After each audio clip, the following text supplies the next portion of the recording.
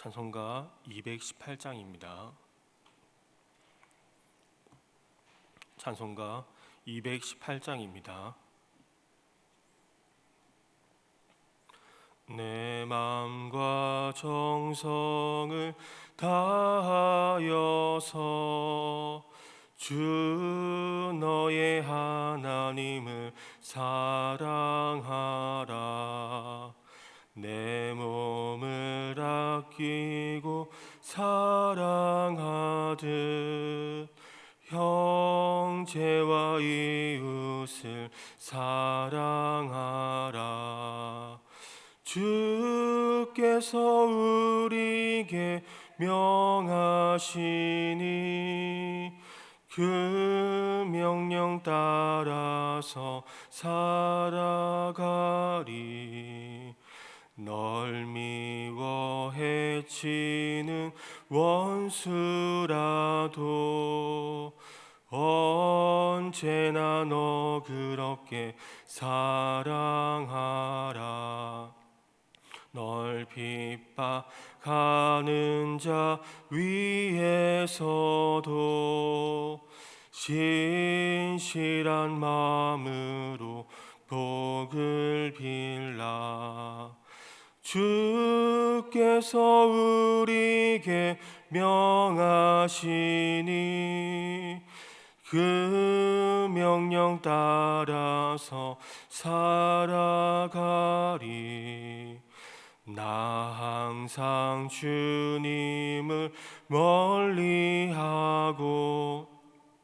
형제를 사랑하지 못하였다. 이러한 죄인을 사랑하사 주께서 몸 버려 죽으셨다. 속죄의 큰 사랑 받은 이 몸 내 생명 다 바쳐 충성하리. 아멘. 하나님 말씀은 마태복음 18장 21절에서 35절까지 말씀입니다. 마태복음 18장 21절에서 35절까지 말씀 교독하신 후에 마지막 절을 같이 읽겠습니다.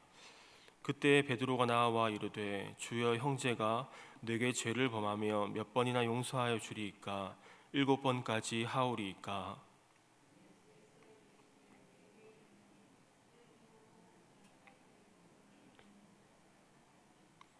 그러므로 천국은 그 종들과 결산하려 하던 어떤 임금과 같으니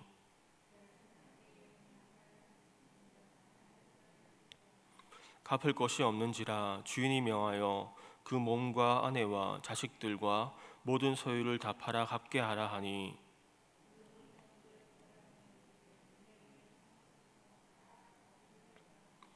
그 종의 주인이 불쌍히 여겨 놓아 보내며 그 빚을 탕감하여 주었더니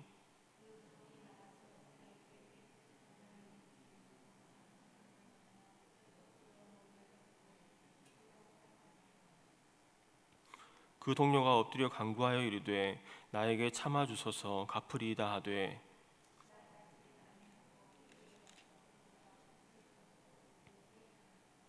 그 동료들이 그것을 보고 몹시 딱하게 여겨 주인에게 가서 그 일을 다 알리니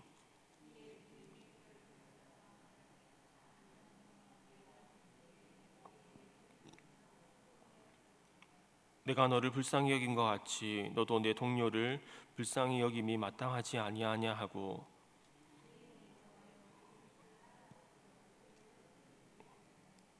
너희가 각각 마음으로부터 형제를 용서하지 아니하면 나의 하늘 아버지께서도 너희에게 이와 같이 하시리라. 아멘. 네, 오늘 본문은 그리스도인의 덕목 중에 이 용서에 대해서 우리에게 말씀해주고 있습니다. 21절 말씀입니다. 그때 베드로가 나와 이르되 주여 형제가 내게 죄를 범하면 몇 번이나 용서하여 주리이까? 7번까지 하오리이까? 당시 유대인 랍비들은 다른 사람의 잘못은 적어도 3번까지는 용서해야 된다라고 가르쳤습니다. 한 랍비의 말 중에 이런 말이 있었습니다. 사람이 한 번 과실을 범하면 용서된다. 2번 과실을 범하면 용서된다. 3번 과실을 범하면 용서된다. 그러나 4번째는 용서되지 아니한다라고 가르쳤습니다. 그래서 베드로는 더 나아가 7번 용서하면 되지 않겠느냐라고 주님께 질문하고 있습니다. 랍비의 가르침보다 훨씬 더 나아가는 것이고 어쩌면 베드로는 그렇게 질문함으로써 이 주님의 칭찬을 기대했는지도 모릅니다. 그러나 예수님 답변은 7번에 70번, 즉 490번까지 용서해야 한다라고 말씀해주고 있습니다. 즉 무한한 마음을 가지고 끝없이 용서하라고 가르친 겁니다. 그것은 그 당시의 가르침과 또한 베드로의 생각을 완전히 뛰어넘는 그런 가르침이었습니다. 그리고 예수님은 한 천국의 비유를 들면서 이 용서에 대한 가르침을 베드로에게 그리고 지금 이 시대를 살아가는 우리에게 말씀해 주고 있습니다. 22절과 23절입니다.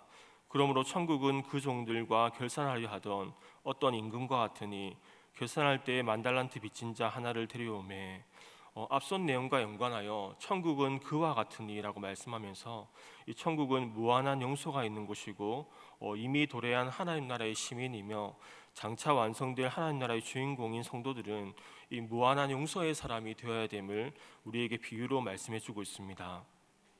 10,000달란트 빚진 자가 나옵니다. 그 당시 갈릴리 지방의 1년 세금 총액은 300달란트였고 유대 전국이 로마에 바친 1년 세금이 800달란트였다고 합니다.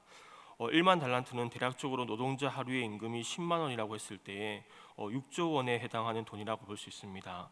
그래서 25절과 26절에 이렇게 말씀하는데 갚을 것이 없는지라 주인이 명하여 그 몸과 아내와 자식들과 모든 소유를 다 팔아 갚게 하라 하니 그 종이 엎드려 절하며 이르되 내게 참으소서 다 갚으리이다 하거늘. 본절에서 주인은 그 몸과 아내와 자식들과 모든 소유를 다 팔아 갚게 하라라고 말씀하고 있습니다. 그 당시 노예 한 명의 몸값은 500데나리온에서 2,000데나리온으로 이 가족을 다 팔아도 1달란트를 넘기기가 어려웠습니다. 주인의 이러한 명령은 빚을 다시 회수한다기보다 그 종이 스스로의 힘으로 빚을 갚을 수 없음을 인정하고 그 임금의 자비를 구하도록 하는 의도가 있었다고 볼 수 있습니다.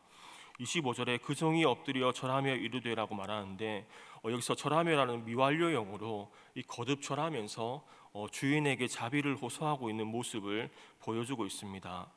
1만 달란트는 마치 우리 죄의 빛을 생각나게 합니다. 하루의 생각과 마음으로 짓는 모든 죄 그리고 평생에 지은 모든 죄들을 생각할 때에 우리의 죄값은 그것에 해당하거나 혹은 그 이상의 빛을 주님께서 탕감해 주신 것을 생각하게 합니다. 27절입니다. 그 종의 주인이 불쌍히 여겨 놓아 보내며 그 빛을 탕감하여 주었더니 그 빛을 탕감하여 주었더니라는 말은 법적 책임에 대해 무죄를 선언하다, 책임 없음을 선포하다라는 뜻을 가지고 있습니다. 우리는 하나님의 은혜로 책임과 의무를 면제받았음을 보여줍니다. 또한 이것은 우리가 다른 이들을 용서해야 하는 근거를 제시해 줍니다. 왜냐하면 우리는 용서받을 수 없는 채무를 하나님의 은혜로 용서함을 받았기 때문입니다. 또한 여기서 불쌍히 여기면은 창자가 끊어지도록 아프다, 안타깝고 측은히 여기다라는 뜻입니다. 당시 주인은 종의 딱한 사정을 듣고 매우 깊은 동정심을 가졌음을 알 수 있습니다. 이와 같이 큰 동정심이 있었기에 1만 달란트에 이르는 큰 부채를 단번에 탕감해 줄 수 있었던 것입니다.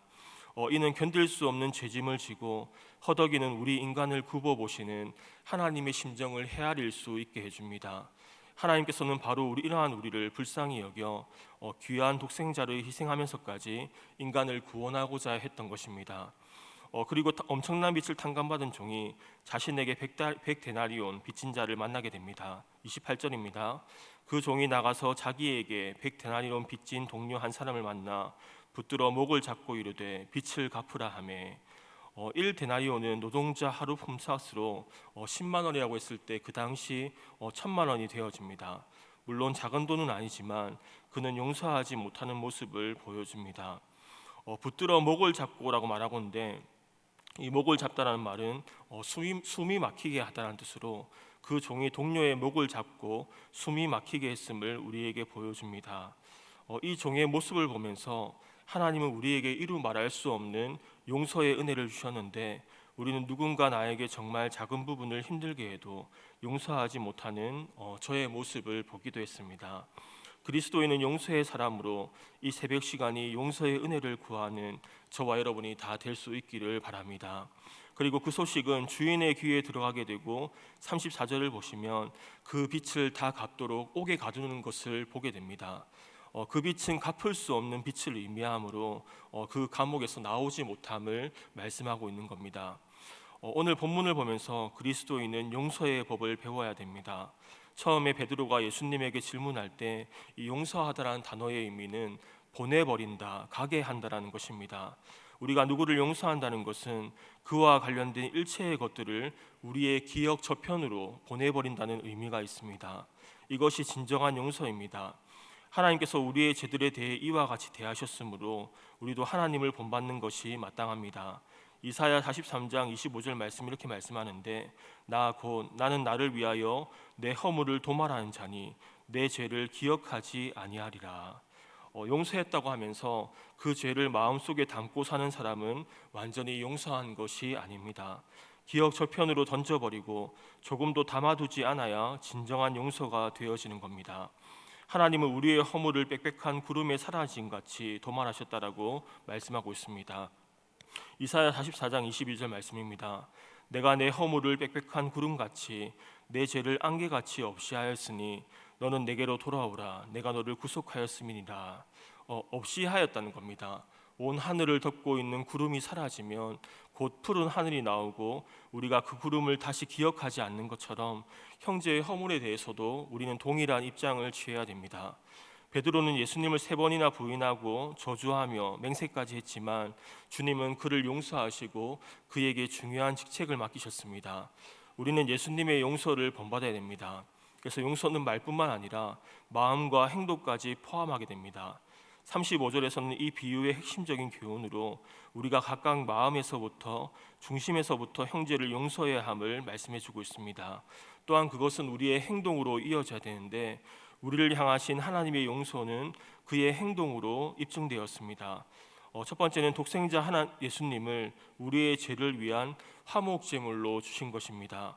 요한일서 4장 10절 말씀은 하나님이 우리를 사랑하사 우리 죄를 속하기 위하여 화목제물로 그 아들을 보내셨음이라고 말씀하고 있습니다.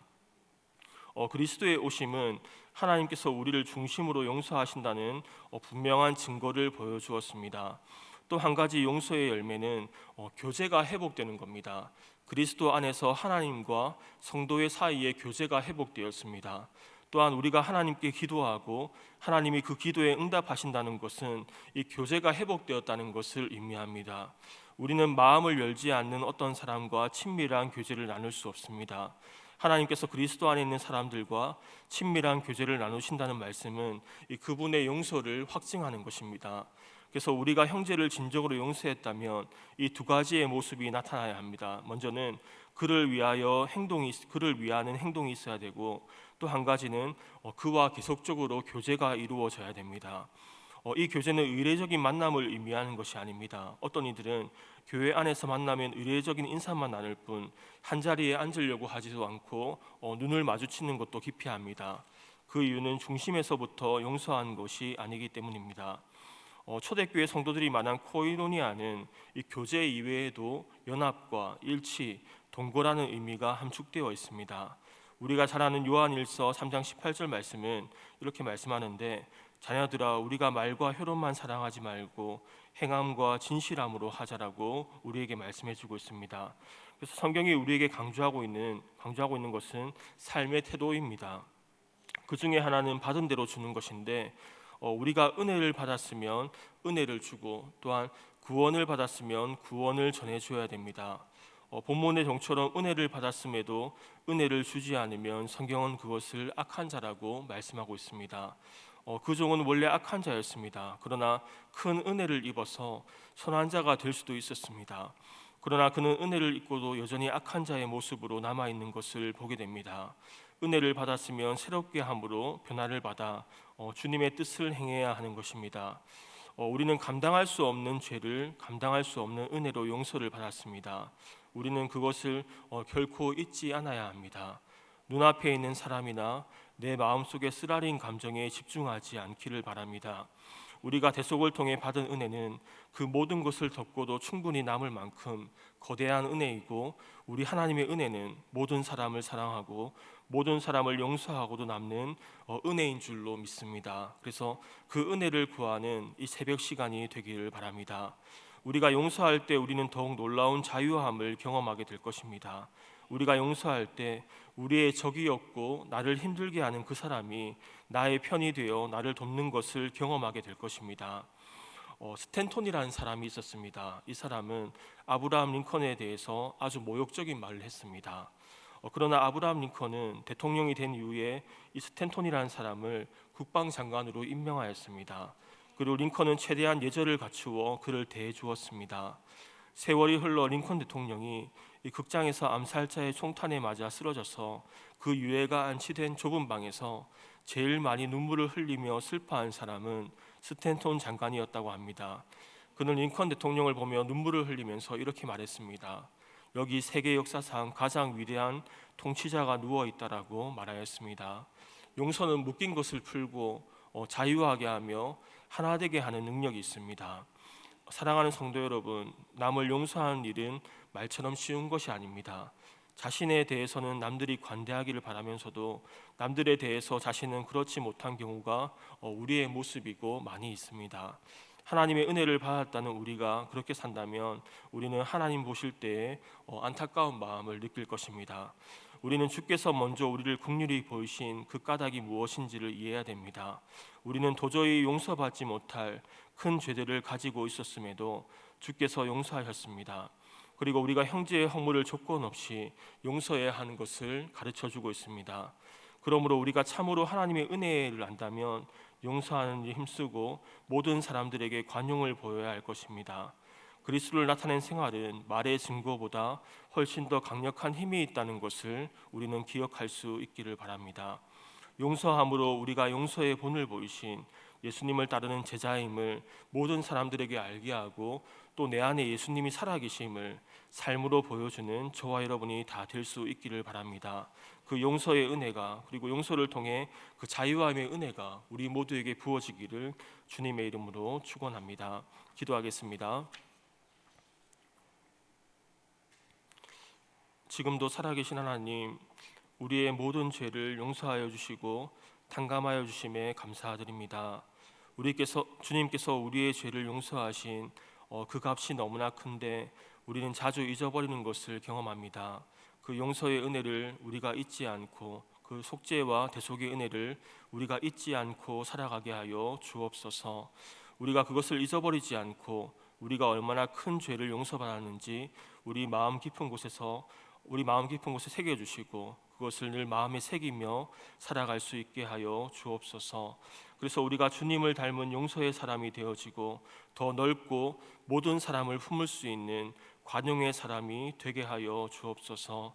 우리 안에 악한 종과 같은 마음이 있음을 보게 됩니다.